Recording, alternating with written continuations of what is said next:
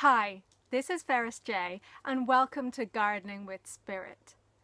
Now, I wanted to let you know what Gardening with Spirit is all about.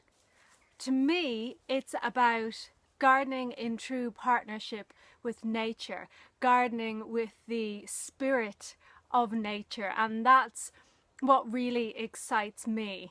And I know this concept can be new to people, so I wanted to give you a very brief introduction of what it means to me. To me, I've seen many ways that people can garden in partnership with nature, garden in ways that not just respect nature, but that are sort of co-creative, that are a combination of our human wisdom and intent and nature's wisdom. So the first and most well known of these would be organic gardening, because that's quite a benign way of gardening. Rather than using man-made chemicals and fertilizers that are a bit like junk food for the land and deplete the soil, we're using natural compost, natural liquid teas, we're using biological control and things like that. So that is one practical way of gardening in a way that's more respectful to nature.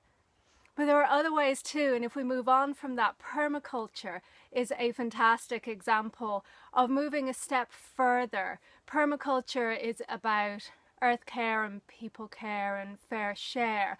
And with permaculture gardening, there's a lot of looking to nature for insight and looking at nature's systems. For example, a fruit forest or a forest garden sort of mimics a natural woodland and creates sustainable food source for people that's low maintenance, low impact, and improves diversity in the soil and everything.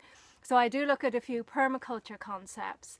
But in my mind, we can go further than this again to garden in true partnership with nature, and that's by direct communication with nature, learning directly about nature's wisdom.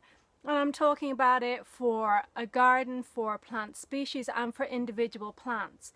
Now, I know this can sound really far-fetched to certain people, but it has been done before. It's been done in Findhorn in Scotland, the community there when it was being set up. That's what founded it, was a wonderful garden where they grew huge cabbages on sand because they communicated with the nature of those plants in that area. There's also a wonderful garden called Pearlandra in Virginia in USA, run by Michelle Small-Wright, who's also looked at that. So I know it's been done before. And through my own background, I have a background of energy healing and animal communication. I know we can communicate with other species, and it's a lot easier than people think.